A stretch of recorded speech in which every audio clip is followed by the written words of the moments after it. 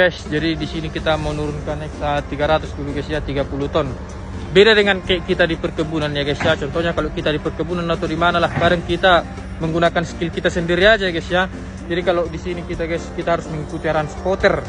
Kita tidak boleh menggunakan sesuka hati kita guys, dengan teknik kita. Harus teknik spotter guys, supaya keselamatan terjamin ya guys ya.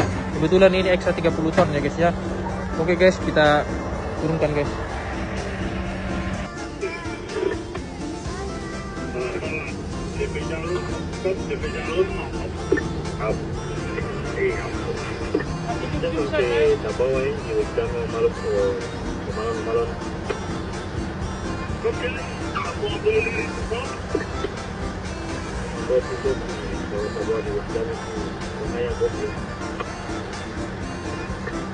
Adakah tambahan yang negatif di sini di ini atau belum?